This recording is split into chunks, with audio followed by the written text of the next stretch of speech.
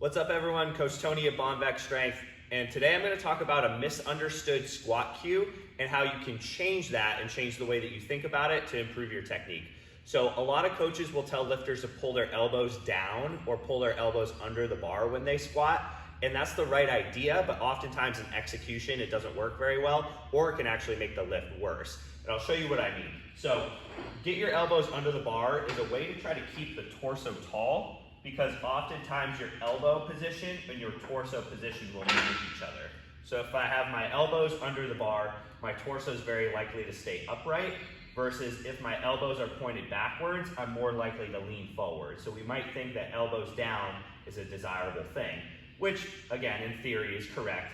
But if you carry the bar really high on your back and or have your hands out wide, pulling your elbows down like this under the bar is actually a big problem, because you can see as I pull my elbows down and under the bar, it actually breaks my wrists backwards and causes the bar to roll backwards, so heavy loads are probably going to feel like they're going to roll off your back. It doesn't create any bar security, because when we actually pull our elbows down, we want it not to come from the elbow or shoulder itself, but from our lats. So instead of thinking elbows under the bar or elbows down, think about bending the bar around your traps like you're trying to bend the bar into a rainbow shape. And if I do that, my elbows are going to come down under the bar and kind of point together at my lower back, but they're not going to swing under the bar and roll my wrist back.